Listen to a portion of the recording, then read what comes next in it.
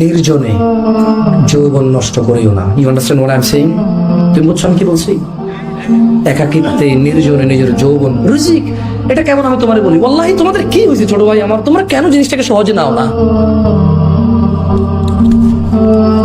এরকম মেরে পাশ ভেবে আসে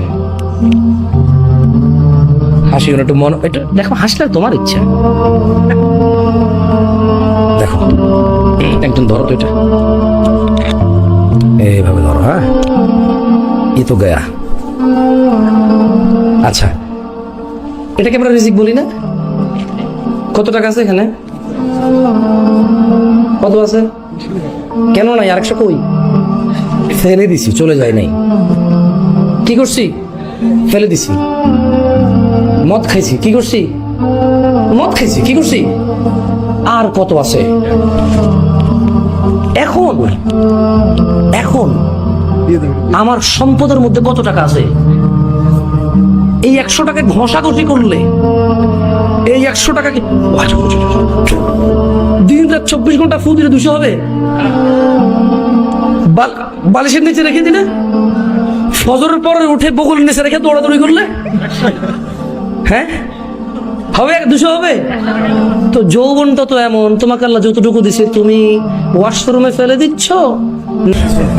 আল্লাহ নবী সাল্লাল্লাহু আলাইহি সাল্লাম বলছে, লা ইয়াজনি জানি, এত কথা বলি না তো প্লিজ, লা ইয়াজনি জানি, কোন জেনাকারী হিনা ইউজনি, জেনা করে না, ওয়া হুয়া মুমিন, ঈমানদার থাকা অবস্থায় কোন জেনাকারী জেনা করে না।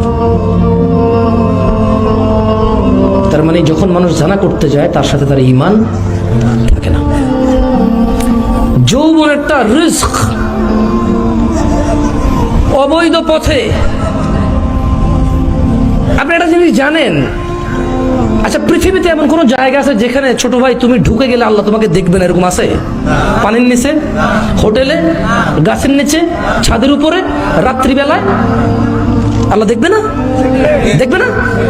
তো আল্লাহ নবীও তো বলছে, আয়েশা রাদিয়াল্লাহু তাআলা আনহা বলছে যে, ইয়া উম্মাতা মুহাম্মদ, হে উম্মতে মুহাম্মদরা, মা আহাদুন আগিয়ারা মিন আল্লাহ, তোমাদের মধ্যে আল্লাহর চাইতে অধিক মর্যাদার কারণ নাই। আইয়ারা আবদাহু ওয়া আমাতাহু তাজনি, আল্লাহ তার কোন বান্দা বান্দিকে জানা করা অবস্থায় দেখতে চায় না। কি অবস্থায় দেখতে চায় না? তো তুমি যে জানা করতেছো, ওই যে রিজিক তোমার কাছে ছিল 300 টাকা, 200 টাকা ফেলে দিছো, এবার সকালবেলা ডাক্তারে যতই বলুক বগল নেচে রসুন নিয়ে দৌড়ান, লাভ হবে না। যা ছিল তা তুমি ফেলে দিয়েছো, যা ছিল তা তুমি উপভোগ করে ফেলেছো। তবে আল্লাহ তোমার জন্য হালাল ব্যবস্থা রেখেছিল। কি রেখেছিল? আল্লাহ তোমার জন্য প্লেট রেখেছিল, ওখানে তুমি খাবে। তুমি পায়খানার উপরে খাদ্য রেখে তারপরে খেয়েছো। আল্লাহ তোমাকে যৌবন দিয়েছে, একটা মেয়ের সাথে তোমার বিয়ের আল্লাহ তোমার তকদির দিয়েছে, সময় এসেছে ওই মেয়ের সাথে তোমার বিয়ে হয়েছে।